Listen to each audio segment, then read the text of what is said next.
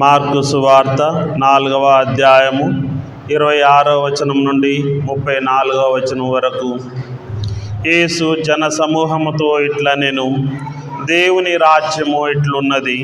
విత్తువాడొకడు తన పొలంలో విత్తనములను వెదజల్లి రాత్రింబవళ్ళు నిద్రపోవచ్చు మేల్కొనుచుండగా వానికి తెలియకయే విత్తనములు మొలకెత్తి పెరిగి పెద్దవగుచుండెను. భూమి నుండి మొదట మొలకలు, వెన్ను, అటుపిమ్మట కంకులు పుట్టును. పంట పండినప్పుడు కోతకాలము వచ్చినదని సేద్యగాడు వెంటనే కొడవలితో కోయ నారంభించును. యేసు మరలా ఇట్లనెను, దేవుని రాజ్యమును దేనితో పోల్చదగును? ఏ ఉపమానంతో దానిని వర్ణింపవచ్చును? అది ఒక ఆవగింజను పోలియున్నది. అది భూమిలో నాటబడినప్పుడు అన్ని విత్తనముల కంటే చిన్నదైనను, పెరిగి పెద్దదైనప్పుడు మొక్కలన్నిటికంటే పెద్దదై కొమ్మలతో రెమ్మలతో ఉప్పుచుండును. ఆకాశ పక్షులు దాని కొమ్మలలో గూళ్ళు కట్టుకుని నివసించును. ప్రజలు గ్రహింపగలిగినంత వరకు అనేక ఉపమానముల ద్వారా యేసు వారికిట్లు బోధించెను. ఉపమానములు లేకుండా ఆయన ఏమియో బోధింపలేదు. కానీ ఏకాంతముగా ఉన్నప్పుడు ఈ ఉపమానముల అర్థమును ఆయన తన శిష్యులకు సుస్పష్టముగా తెలిపెను. ఇది క్రీస్తు సువిశేషము. సువిశేష ప్రబోధం ద్వారా మన పాపంలో పరిహరింపబడునుగాక. ప్రియ స్నేహితులారా, ఈ దినమున మన తల్లి అయిన తిరుసభ సామాన్య కాలంలోని 11వ ఆదివారంను కొనియాడుతున్నది. మనం మొదటి పట్టణాన్ని గమనించిన ఎడల ఇశ్రాయేలు ప్రజలు వారు ఈజిప్టు బానిసత్వం నుండి తిరిగి వచ్చిన తర్వాత 40 సంవత్సరాలు ఎడారిలో గడిపిన తర్వాత వాగ్దాన భూమి అయినటువంటి కనాను దేశానికి తిరిగి వచ్చినారు. తిరిగి వచ్చిన తర్వాత ఇశ్రాయేలు ప్రజలు వారిలో వారు గొడవలు పడి, అన్నదమ్ములందరూ గొడవ పడి, యూదా మా రాజ్యాన్ని మాకు ఇవ్వండి అని చెప్పేసి భూమిని పంచుకున్నారు. తెలంగాణ, ఆంధ్రాను ఏ విధంగా విడదీసినారో ఆనాడు ఇశ్రాయేలు రాజ్యం కూడా 2 భాగాలుగా విడిపోయింది. దక్షిణ భాగమున ఉన్నటువంటి రాజ్యమును యూదా రాజ్యం అని, ఎందుకంటే యూదా అనేటటువంటి అతను ఆ రాజ్యాన్ని పాలిస్తున్నాడు కనుక యూదా రాజ్యాన్ని అని పిలిచేటటువంటి వారు. అయితే యూదా తండ్రి అయినటువంటి యాకోబు అతని మారు పేరు ఇశ్రాయేలు కనుక తండ్రికి ఇచ్చినటువంటి వాగ్దానం ప్రకారము నేను చిన్నవాడిని నాతోనే పెట్టుకుంటానని మరి తండ్రికి వాగ్దానం చేశాడు కనుక, ప్రమాణం చేశాడు కనుక ఆ చిన్నవాడైనటువంటి బెన్యామీను యొక్క గోత్రమును కూడా యూదా రాజ్యంలో కలుపుకున్నారు. మిగతా 10 గోత్రాల వారు ఉత్తరాన ఉన్నటువంటి రాజ్యములో వారిని ఇశ్రాయేలు రాజ్యం అని పిలుచుకున్నారు. అయితే ఈ 2 రాజ్యాలు విడిపోయి చక్కగా ఉన్నవి.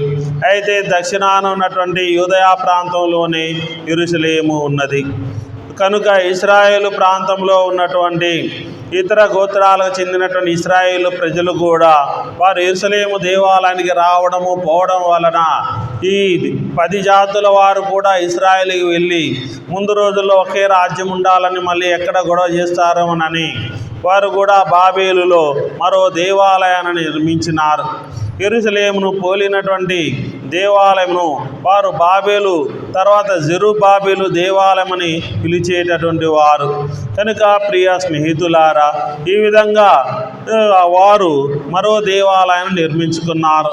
ఇక ఆ తర్వాత యూదయ ప్రాంతంలో ఉన్నటువంటి వారు మరియు ఉత్తరాన ఉన్నటువంటి ఇశ్రాయేలు ప్రాంతం వారు ఇక విర్రవీగినారు. ఇక లోకంలో మమ్మల్ని మించినోడు ఎవడూ లేడు, మమ్మల్ని ఎవడు ఏం చేయలేడు, మమ్మల్ని మా అంతా ఎవడూ లేడని రకరకాలుగా వాళ్ళు విచ్చలవిడిగా జీవించడం మొదలుపెట్టారు. అప్పుడు ప్రవక్తలు చెప్తూ ఉన్నారు, ఇదిగో మీరు ఈ విధంగా విచ్చలవిడిగా జీవిస్తే మరలా మీరు ఇంతకుముందు మీ పెద్దలు మీ పూర్వీకులు ఈజిప్టు బానిసత్వంలో మ్రగ్గినట్లుగా మీరు కూడా మరలా ప్రవాసంలోనికి పోతారు, మరలా బానిసలుగా జీవిస్తారు అని వారు ప్రవక్తలు హెచ్చరించినప్పటికీ ఆ ప్రవక్తలను కొట్టినారు, ప్రవక్తలను తిట్టినారు, ప్రవక్తలని అవమానపరిచినారు. ఇంకా కొంతమంది ప్రవక్తలను మంచి చెప్పినటువంటి ప్రవక్తలను చంపేశారు. కనుక దేవుడు చూసి ఇక అన్యుడైనటువంటి నెబుకద్నెజర్ రాజును దేవుడు వాడుకొని ఈ యూదయ ప్రాంతంలో ఉన్నటువంటి వారిని క్రీస్తు పూర్వం 597 ప్రాంతంలో వారందరినీ ఈ యూదయ ప్రాంతం నుండి వారు బాబిలోను ప్రాంతానికి ప్రవాసులుగా తీసుకుని పోయారు. అయితే అప్పుడు నెబుకద్నెజర్ రాజు అక్కడ ఉన్నటువంటి రాజును యెహోయాకీమును చంపేసి అక్కడ ఉన్నటువంటి మేధావులను, పండితులను, బాగా వృత్తులలో ఆరితేరినటువంటి వారిని, నిష్ణాతులందరినీ తన రాజ్యానికి బాబిలోనియా ప్రవాసానికి తీసుకుని పోయారు. ఇక ఆ ప్రవాసంలో అంతా కుంటి గుడ్డి ఇక ముదుసలి వాళ్ళు ఉన్నారు.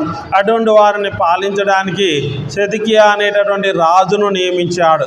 అయితే ఆ తర్వాత కాలంలో కూడా ఉత్తరాన ఉన్నటువంటి వాళ్ళు కూడా అదే విధంగా విచ్చలవిడిగా జీవిస్తున్నప్పుడు దేవుడు వారిని ఇక పర్షియా ప్రాంతానికి తీసుకుని పోయారు. ప్రవాసులుగా పర్షియా ప్రాంతానికి వెళ్ళారు.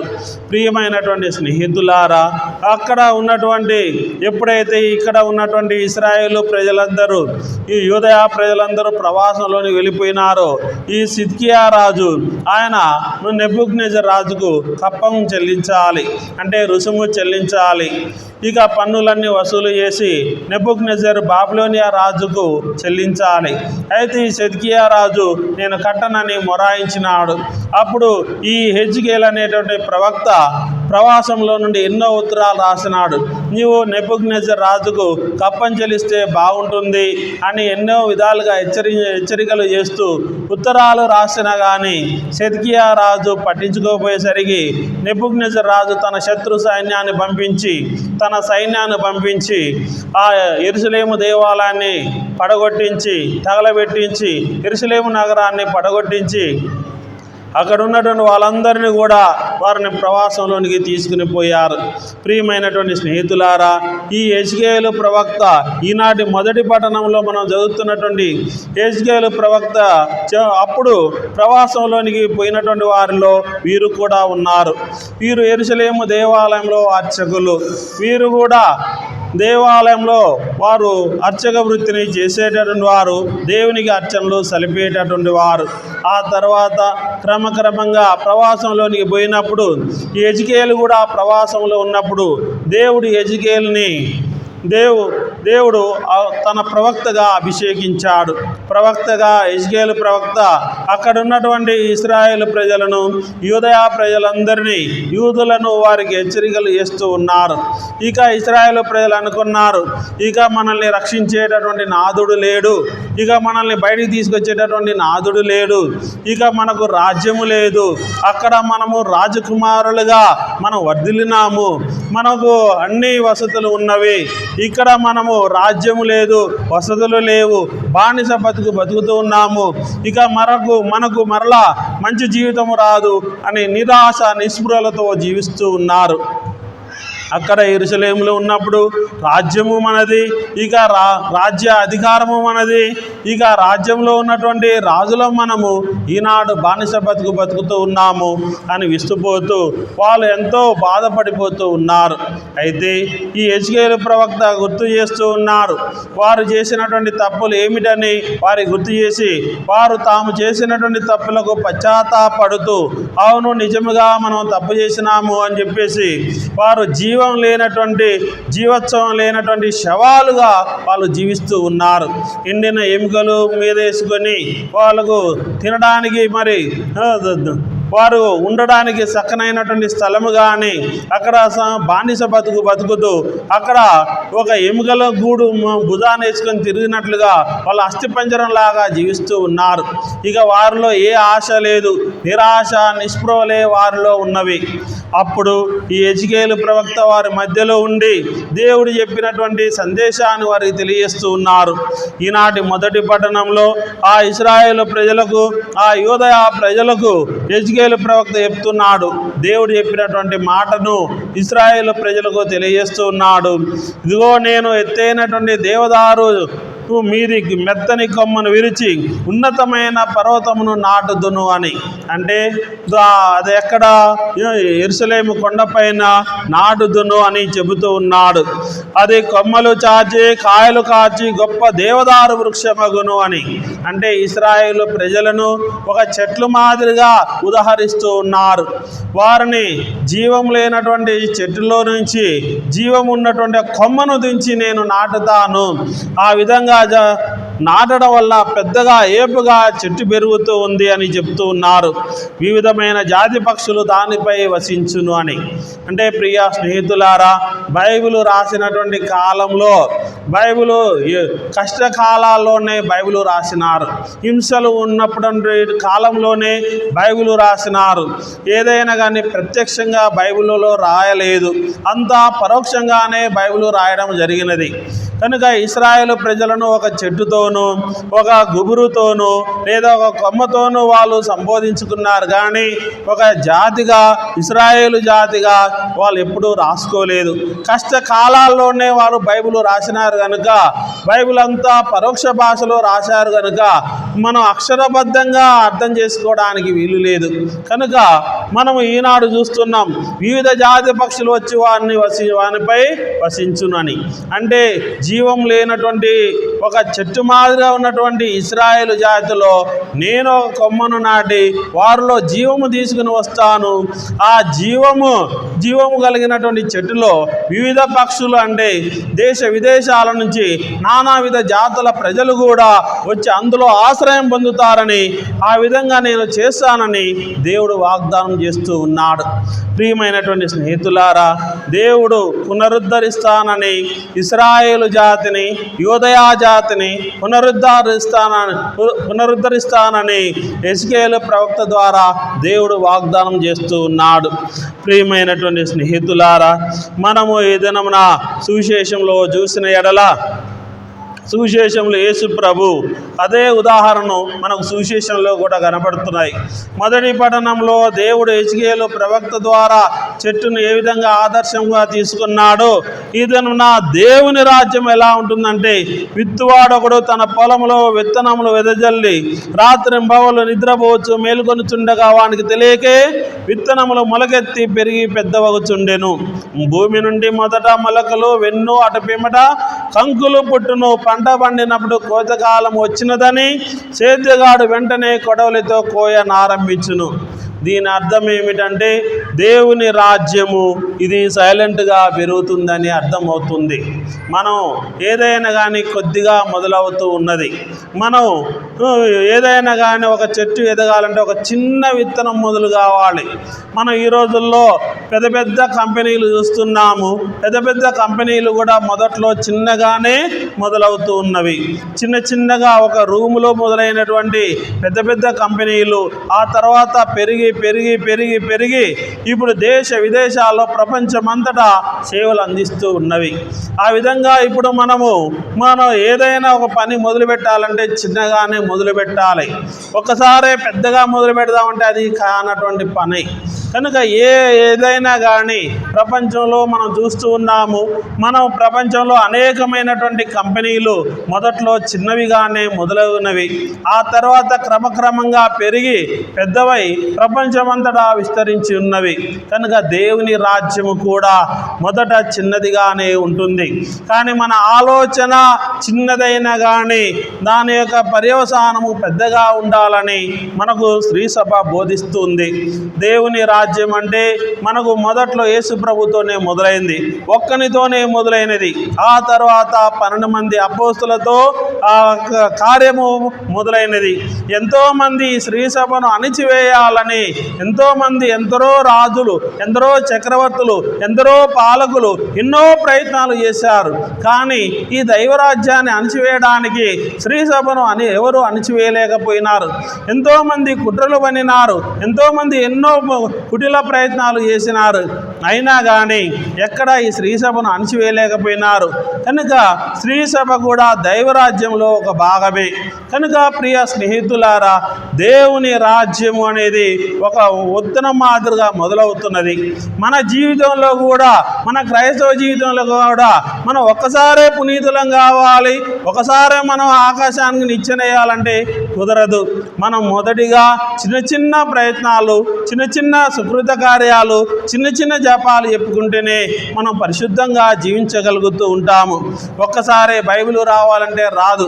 ఆ చిప్పు తీసి ఈ చిప్పులో పెట్టడానికి కుదరదు. కనుక మనం రోజు చదవగా ఆ దేవుని వాక్యాన్ని రోజు ధ్యానించగా అప్పుడు మనకు మొత్తం బైబిల్ అర్థమవుతుంది.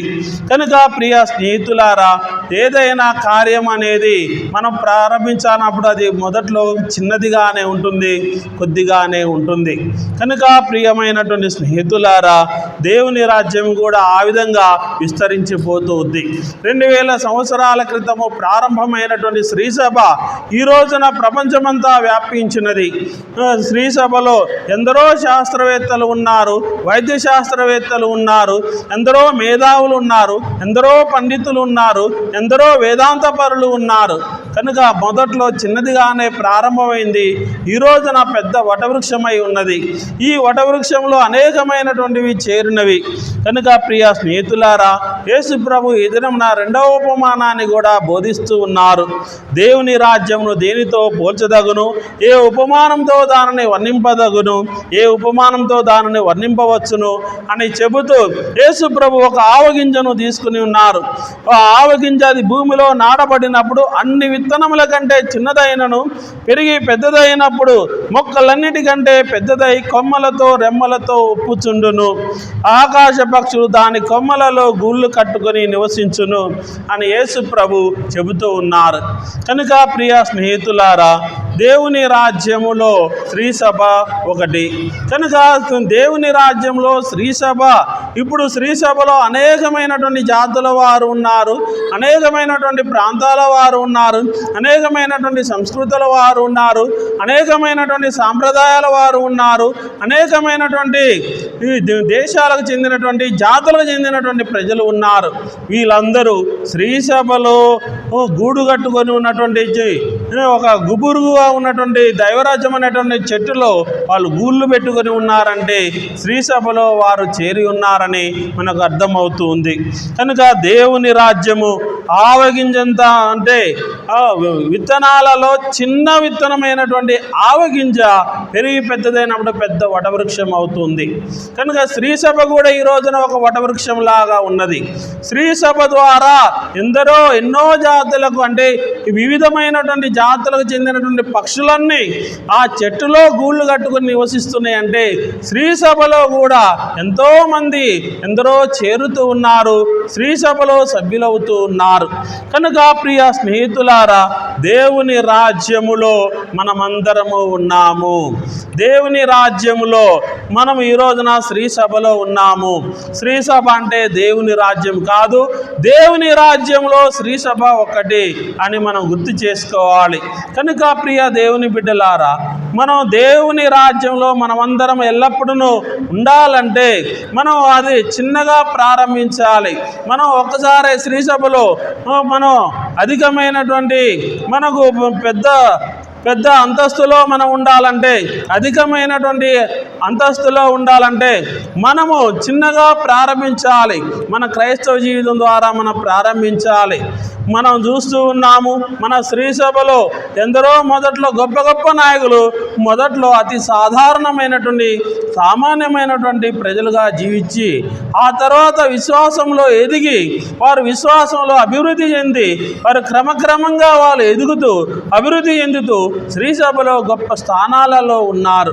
కనుక మనమందరము స్త్రీ సభలో ఈ దినమున దైవరాజ్యములో మనం అందరము అంచెలంచెలుగా ఎదగాలి అని మనము మొదలు పెట్టాలి. ఎక్కడో ఒక చోట మనం మొదలు పెట్టాలి. కనుక మనం మొదలు పెడితేనే క్రమక్రమంగా దైవరాజ్యము అభివృద్ధి చెందినట్లుగా మనం కూడా అభివృద్ధి చెందాలని శ్రీ సభ మన నుంచి కోరుకుంటూ ఉంది. కనుక ప్రియ స్నేహితులారా, మనమందరము దేవుని రాజ్యంలో ఉన్నటువంటి సభ్యులము. కనుక ప్రియ దేవుని బిడ్డలారా, మనమందరము ఎక్కడో ఒక చోట మొదలు పెట్టాలి.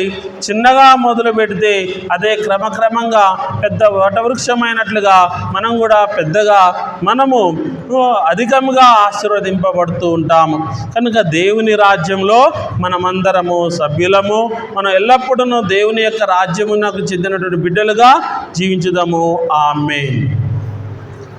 అందరము లేచి నుంచొని విశ్వాసమును ప్రకటించుదాము.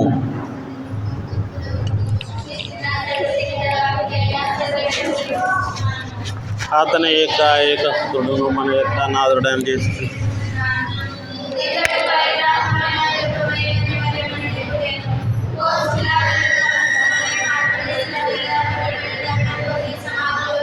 ఈ సౌండ్ చేస్తుంది.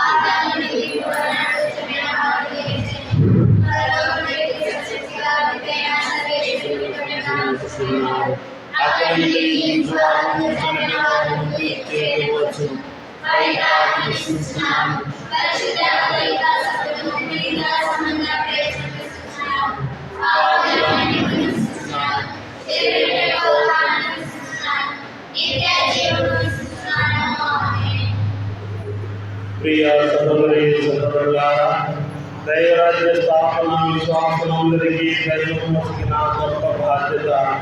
సంతోష సమాధానాలు ప్రియమైన ప్రభుని రాజ్యము నెలకొల్పుటకు శ్రీ సభకు మన స్థానిక సంఘములకు విశేష వరము అందించమని వినమ్రంగా ప్రార్థించుదాము.